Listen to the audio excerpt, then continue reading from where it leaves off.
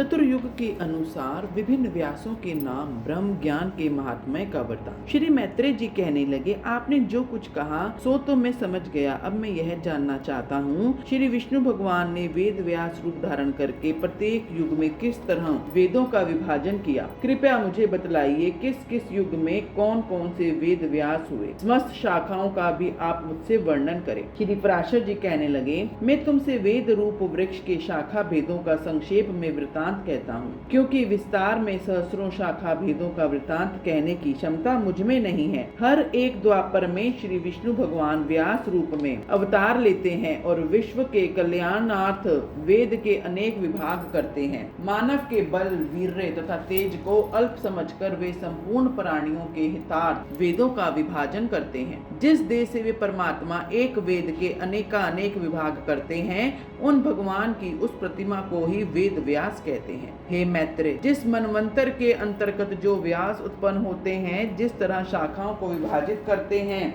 उसका वृतांत अब मैं तुमसे कहता हूँ। वेवस्त्व मनवंतर के अंतर्गत हर एक द्वापर में महर्षि व्यासों ने आज तक 28 बार वेदों का विभाजन किया है। 7 मनवंतर हैं और हर एक के द्वापर में वेदों के 4-4 भाग हुए हैं। अतः कुल 28 भाग वेदों के हुए हैं। प्रथम द्वापर में ब्रह्मा जी ने स्वयं वेदों को विभक्त किया। द्वितीय द्वापर में प्रजापति वेद व्यास हुए। तृतीय द्वापर में शुक्राचार्य जी वेद व्यास बने। चौथे द्वापर में सूर्य जी ने वेद व्यास का रूप धारण किया। छठवें द्वापर में भगवान मृत्यु वेद व्यास बने। 7वें द्वापर में इंद्र वेद व्यास। 8वें के वेद व्यास वशिष्ठ। 9वें द्वापर के सारस्वत। 10वें द्वापर में त्रिधामा वेद बने। 11वें द्वापर में वेद व्यास त्रिशिख जी बने। 12वें द्वापर में वेद व्यास भारद्वाज जी बने। 13वें में अंतरिक्ष और 14वें द्वापर में वर्णी जी वेद व्यास। 15वें द्वापर में त्रयारुण व्यास हुए। 17वें द्वापर में क्रतुंज तथा 18वें द्वापर में जय व्यास। 19वें द्वापर में भारद्वाज व्यास हुए। 20वें द्वापर में गौतम हुए।